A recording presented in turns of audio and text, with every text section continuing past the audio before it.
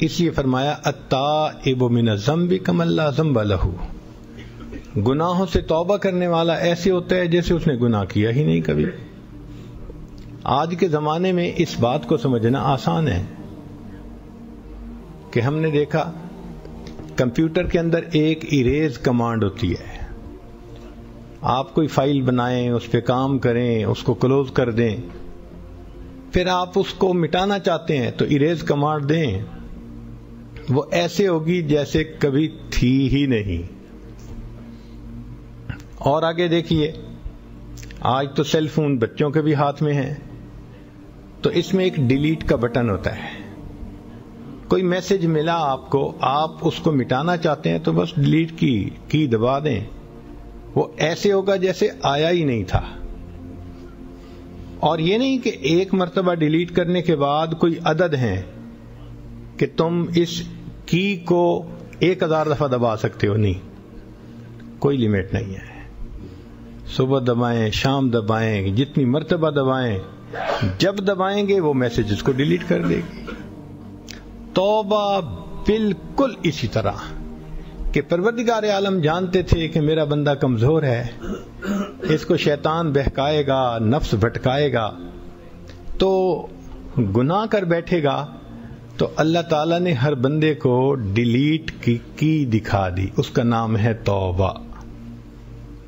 جب غلطی ہوئی ڈیلیٹ کی دبا دو، وہ گناہ معاف ہو گیا۔ تو جب پروردگار عالم توبہ قبول کرتے نہیں تھکتے تو ہم توبہ کرتے کیوں تھک جاتے ہیں بھائی؟ شیطان کی ایک چال ہے، وہ ذہن میں یہ ڈالتا ہے یار گناہ تو مجھ سے چھوٹتا نہیں، توبہ کا کیا فائدہ؟ نہیں نہیں نہیں نہیں، توبہ کا پھر بھی فائدہ ہے کہ اس وقت جو گناہ ہوں گے وہ تو معاف ہوں گے نا، تو فائل کلیئر ہو گئی نا۔ پھر گناہ ہوا پھر توبہ کر دیں، پھر گناہ ہوا پھر توبہ کر دیں، اس کو کلین کرتے رہیں۔ یہ تو نہیں کہ انسان سوچے کہ جی مجھے پسینہ آیا ہوا ہے تو دوسرا کہے گا کہ بھئی تم غسل کر لو، کہتے ہیں جی میں نے غسل کر لیا پھر پسینہ آئے گا، وہ کہے گا کم وقت ابھی تو غسل کرنا، بعد میں پسینہ آیا تو پھر غسل کر لینا۔ تو یہی معاملہ گناہ کا ہے کہ اگر انسان سے گناہ سرزد ہو گیا تو فوراً توبہ کرے، پھر گناہ ہو گیا پھر توبہ کرے۔ شیطان اگر بہکانے سے باز نہیں آتا، ہم اللہ تعالیٰ کے در پر توبہ کرنے سے باز کیوں آئیں؟ چنانچہ علماء نے ایک عجیب واقعہ لکھا ہے، قیامت کا دن ہوگا، اللہ تعالیٰ ایک بندے کو کھڑا فرمائیں گے اور پھر فرشتوں کو فرمائیں گے اس کا نام اعمال دیکھو۔ اللہ تعالیٰ تو بھید کو جاننے والے ہیں، سب جانتے ہیں، مگر وہ خود بخود فرمائیں گے فرشتوں کو کہ نام اعمال پڑھو۔ وہ نام اعمال پڑھیں گے، اللہ گناہ کیا پھر توبہ کی، پھر گناہ کیا پھر توبہ کی، پھر گناہ کیا، ساری زندگی اس کا یہی روٹین رہی۔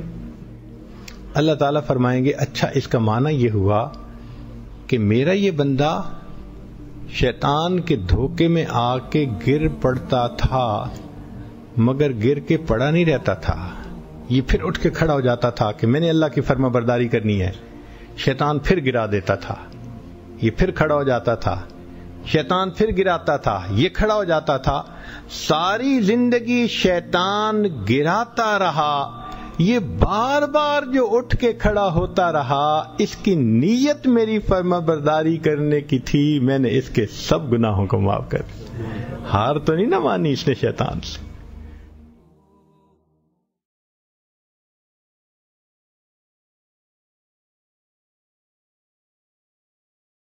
لا الہ الا اللہ محمد رسول اللہ علیہ صلاة اللہ وآلہ والأحبہ۔ لا الہ الا اللہ محمد رسول اللہ علیہ صلاة اللہ وآلہ